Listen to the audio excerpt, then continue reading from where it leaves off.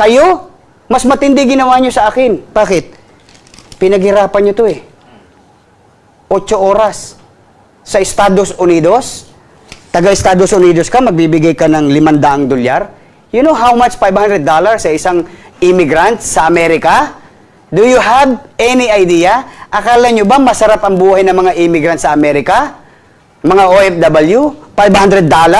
Ha? Insurance na nila to. Upa na nila to. Grocery na nila to. $1 lang ang kita. Ang gandang tingnan. Tingnan ninyo. Walang ipon niya mga yan. Ang tanging ipon nila, yung bahay na hinuhulugan nila for 25 years. And yet, imbis na sila may masabi, o sila may mema, may masabi lang, anong ginawa nila? Kumilos.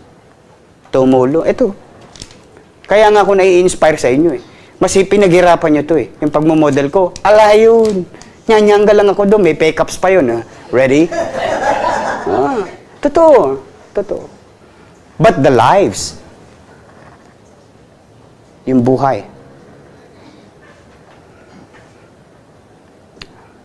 Yung buhay, attorney. Walang mawi ang bahay. Patay lahat ang hanap buhay nila.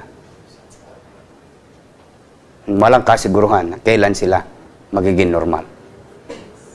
Kaya huwag niyo ipaglalaban ang isang mali. Hindi dapat pinayagan yung mga vendor. Yung pa dahil daw sila, bumubuhay. Maganda rin daw ang layunin.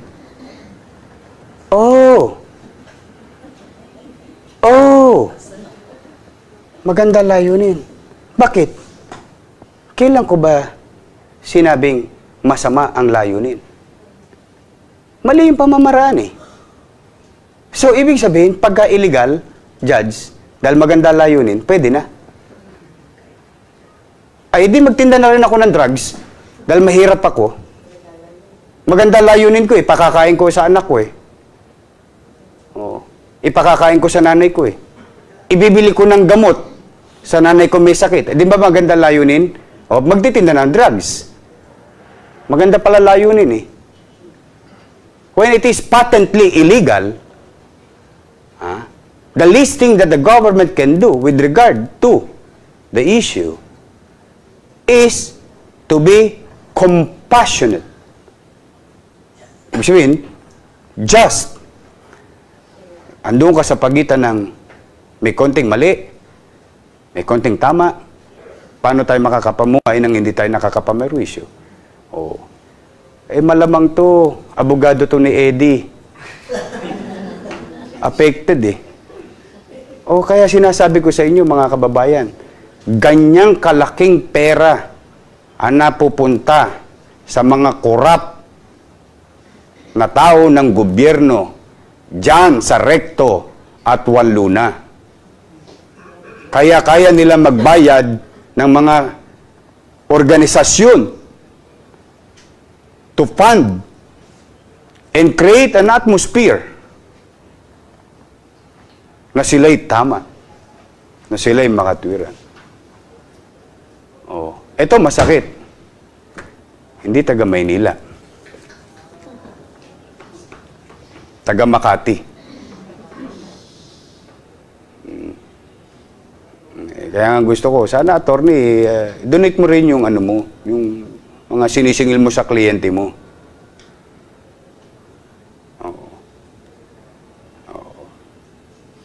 Kayo naman kayo na lang laging tama eh. Ang gobyerno wala nang ginawang tama. Kasi gusto nyo agawin ng gobyerno. Sabi ko sa inyo, wag ako eh. Ako na nga lang umuunawa sa inyo. Nilalawakan ko ang tanong. Let's cut the long story short. Mga kababayan, kayo na humusga sa akin.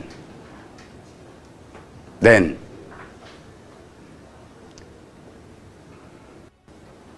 if that is the case,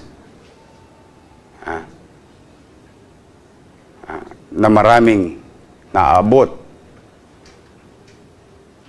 Yung perang ipinamahagi ng mga pribado sa ginagawa kong pag-endorso para sa kapakinabangan ng pribado at higit sa lahat, on top of everything, kapakinabangan ng mga nalulugmok, biktima ng trahedya, then I will continue to do it. I will not stop. Mamatay ka sa inggit.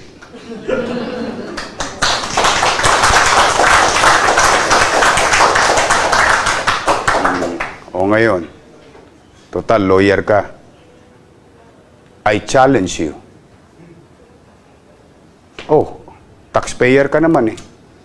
Kung mali ginawa ko, hayaan ninyong panagutan ko sa batas. Kung mali ang pagtulong sa taong bayan, sa ibang klase at uri at makatwirang pamamaraan na hindi ginagamit ng parabang baliwala na lang ang kaban ng bayan, pera ng pribado, itinulong sa tao, mali, then kawawa naman ako. O, kung ako mali, patawarin nyo na ako. Pero kakaharapin ko yan. Kaysa puro kayo dyan, magaling lang kayo magtago sa troll nyo. Diyan lang kayo magaling. O, magaling lang kayo pag gusto ninyo yung argumento. Pag hindi bagay sa inyo yung argumento, iba ang dahilan nyo. Huwag kayo makasubok sa Maynila. Welcome kayo rito. Huwag kayong lalabag sa batas. Magaling ka palang abogado. Di tumulong ka sa mga mahihirap. Punta ka rin sa Maynila, dami may kaso, kulang ng abogado. Yun ang pagtulong. Ewan ko ba, ano na ituturo sa inyo sa universidad na yan? Hindi ko talaga alam. Nagbabago na tayo. Nanahimik kami rito. Mema lang kayo eh. Harapin ko na lang yan. Sige, so be it. Face the consequences of my actions. But I will not stop. Ngayon, ako nananawagan. Sa mga produkto. Pumunta na kayo rito. Totoo. Totoo. Dahil meron akong gagawin isa. Hindi ko nasasabihin sa inyo. Kung sino man yung produkto na yon, doon nyo ibibigay.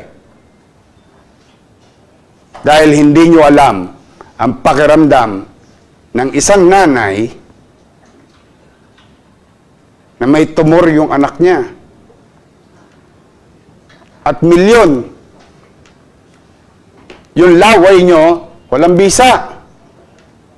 Pero yung luha ng nanay, hindi nyo kaya yon.